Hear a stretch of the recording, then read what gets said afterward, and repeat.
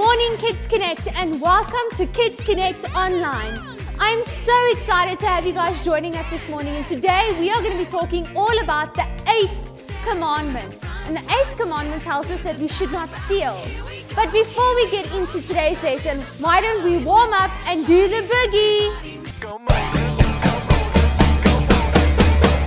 It's the 10th commandment boogie, gonna dance until I die. The 10th commandment boogie, you can do it, so can I.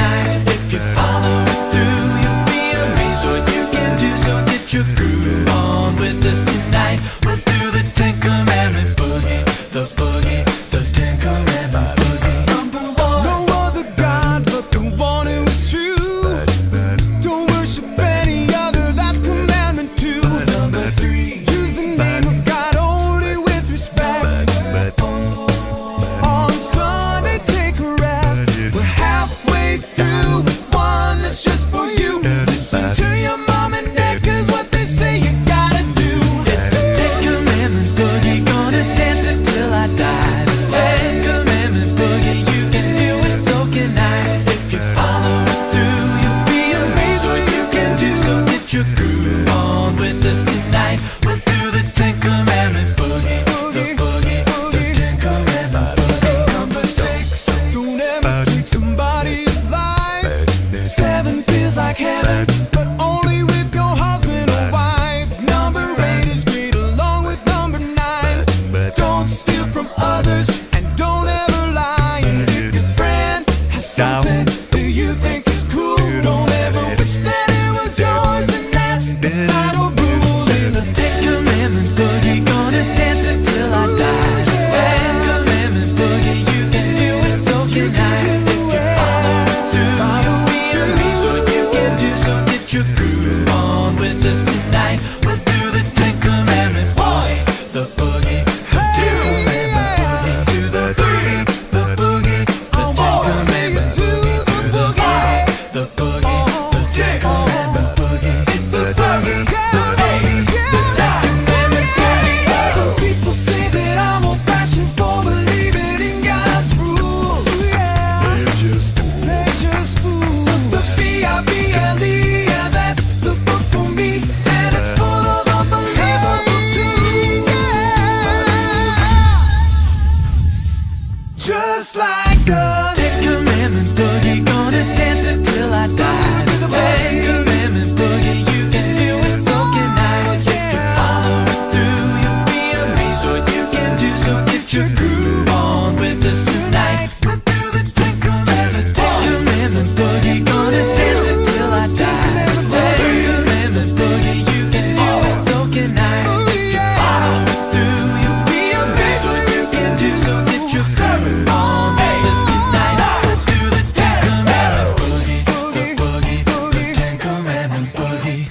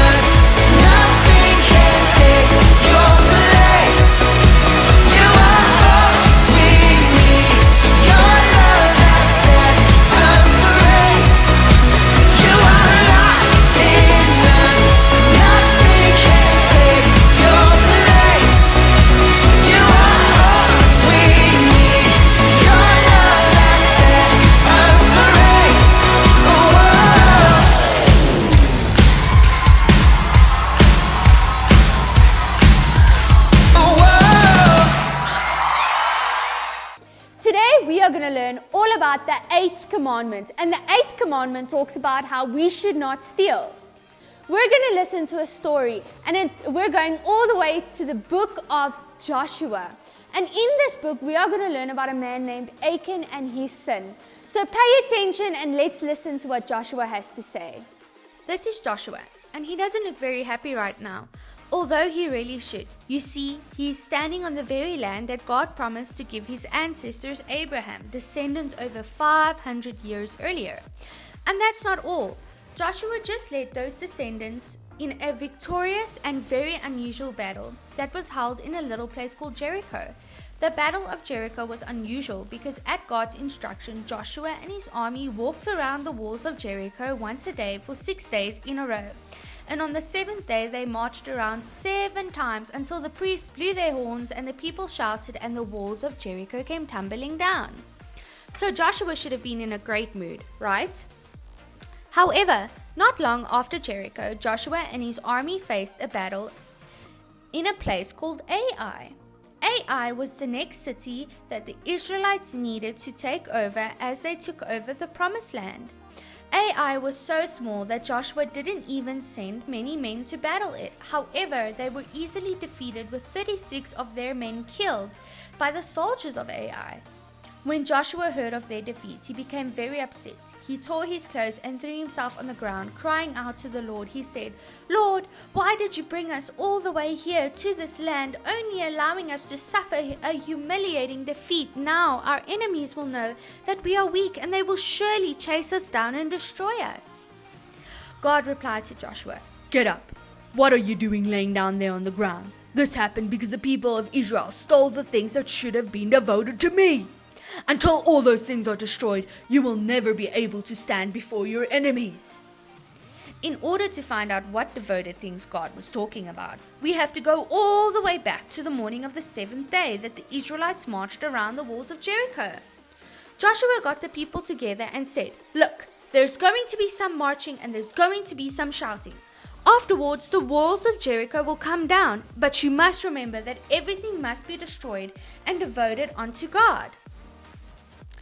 Don't touch the gold or the silver, for that must go to God's treasury, and if you do, you will bring destruction upon Israel."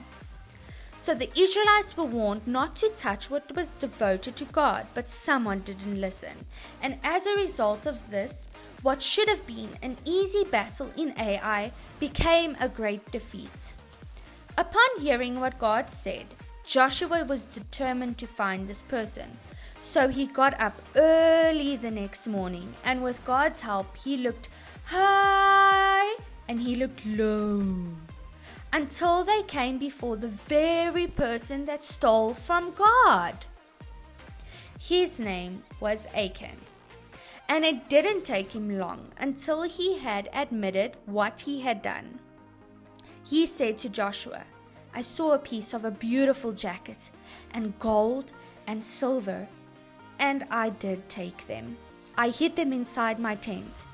Achan ignored God's warning and took what didn't belong to him, and as a result of this, him and his entire family and what belonged to them were destroyed. Wow, what an interesting story. You see, God did not like what Achan did, and because of that, there were consequences to his sin. No matter how big or how small the item might be, you cannot take it if it does not belong to you. No matter what time of day or night it may be, you cannot take something that does not belong to you. If your mommy or daddy did not pay for it, or maybe you didn't pay with it, then you cannot take it because it does not belong to you. God wants us to respect people and their things. So we should show respect and love towards everybody and what they own. So remember, you must not take something that does not belong to you. We are going to do a craft video now. And in this craft video, we're going to draw Achan's tent and what was inside of it, the gold and the cloak. So get ready, get some glue, get your pencils, and let's get crafting.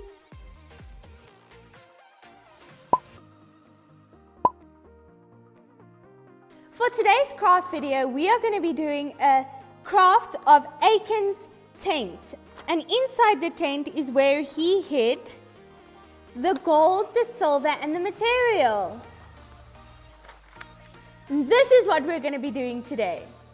So for today's craft, you're going to need a big piece of paper, a big triangle, an even smaller triangle, your material, gold, a black and brown Koki or pencils or whatever you would like to use, some glue, and a scissor. So what we're going to do is this big triangle is going to be our tent. So we're going to take this and we're just going to cut a piece down the middle, and then again just a small slither piece of paper so that we can see the inside of the tent. Just like that. Then we are going to take our glue and we're going to glue our tent onto the paper.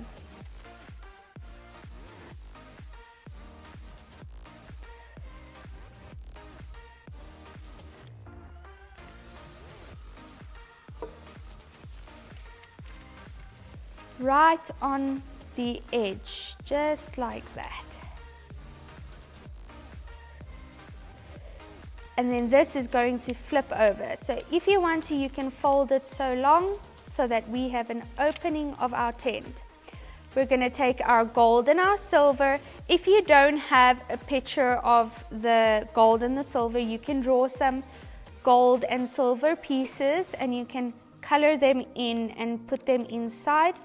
And what I did is I folded my material up to look like a little piece of material, like that.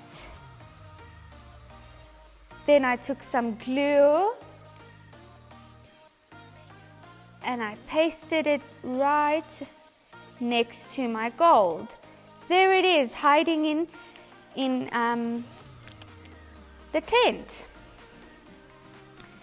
Then you are going to take your brown and we are going to draw a sign like that, color it in.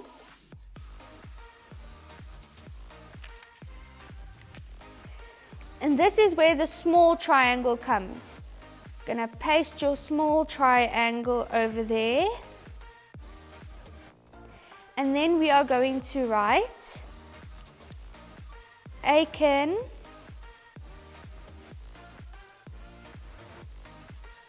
tent.